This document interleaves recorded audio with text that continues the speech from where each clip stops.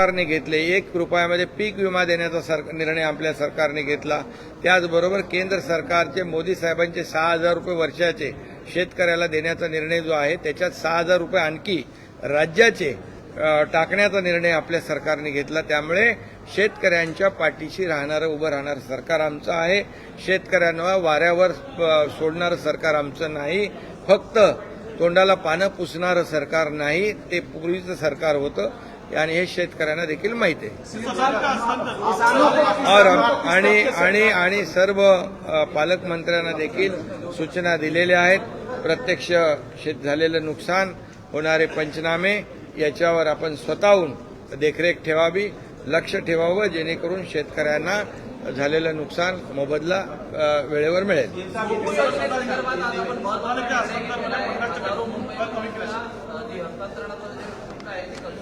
हा गृहनिर्माण विभागाचा आजचा मोठा निर्णय आहे। झोपडपट्टी पुनर्विकास योजना जी आहे त्याच्यामध्ये जे आपलं हस्तांतरण शुल्क आहे त्याच्यामध्ये 50% सवलत दिलेली आहे।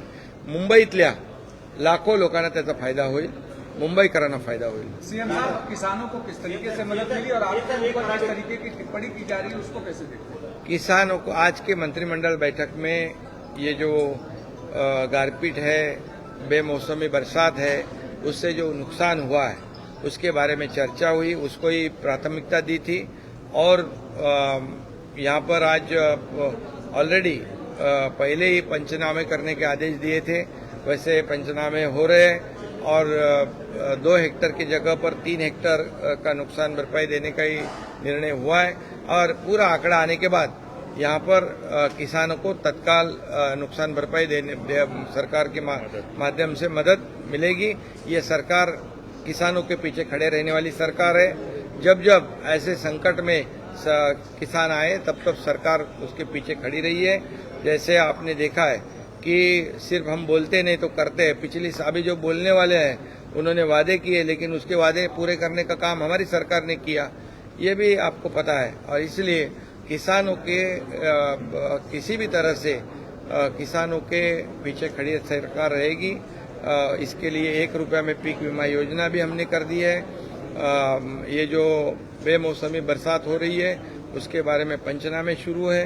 जितनी भी मदद सरकार किसान को करे, बिल्कुल सरकार करे। निचली स्तर की जो टिप्पणी आपके ऊपर की जा रही है, लगातार अब शब्दों के उपयोग किए जा रहे हैं, अभी उनके पास दूसरा कुछ काम है नहीं। टीका टिप्पणी करना, गाली गलौज करना, ये महाराष्ट्र की संस्कृति नहीं है। ये महाराष्ट्र को शोभा देने वाली बात नहीं।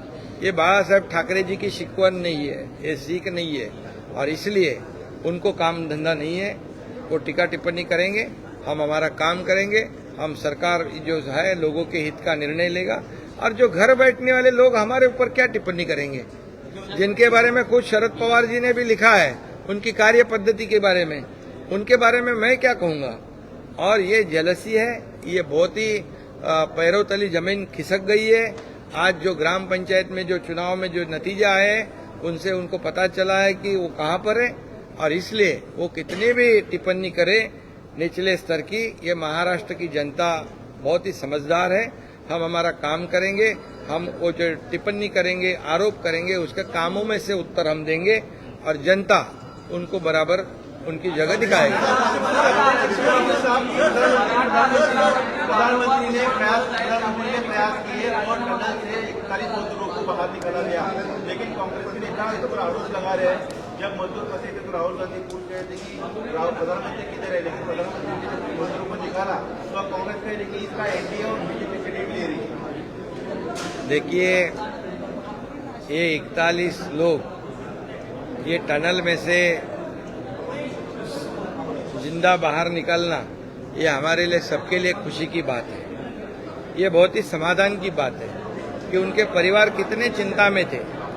आज उनका ये इतना बड़ा जो टफ टास्क था, कठिन काम था, और ये कठिन काम डे टू डे मॉनिटर कर रहे थे हमारे आदरणीय प्रधानमंत्री जी।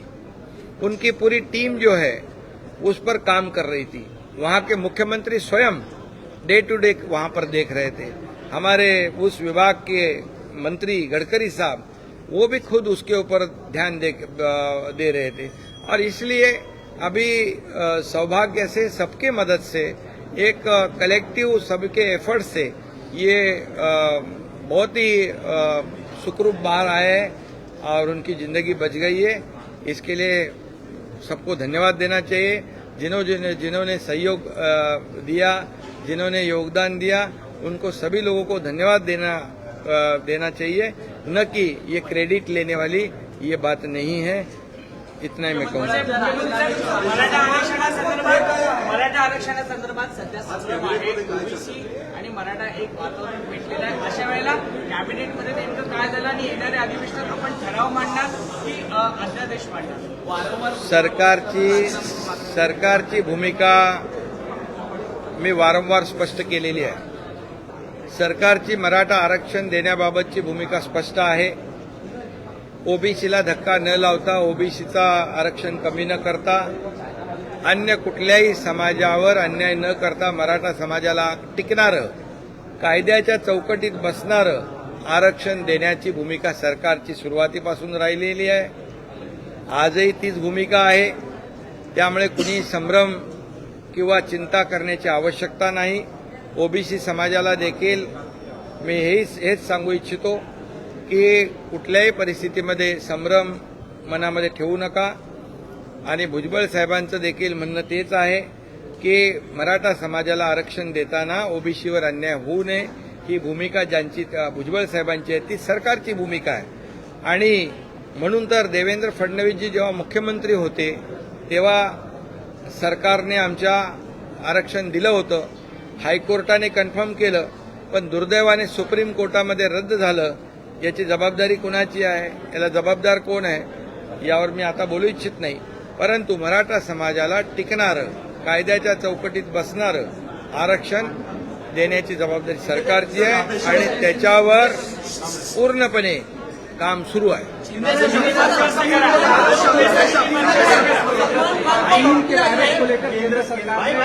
राधेश्याम मोपलवारांना कार्यमुक्त केलं। इम्पॉर्टंट मामला है।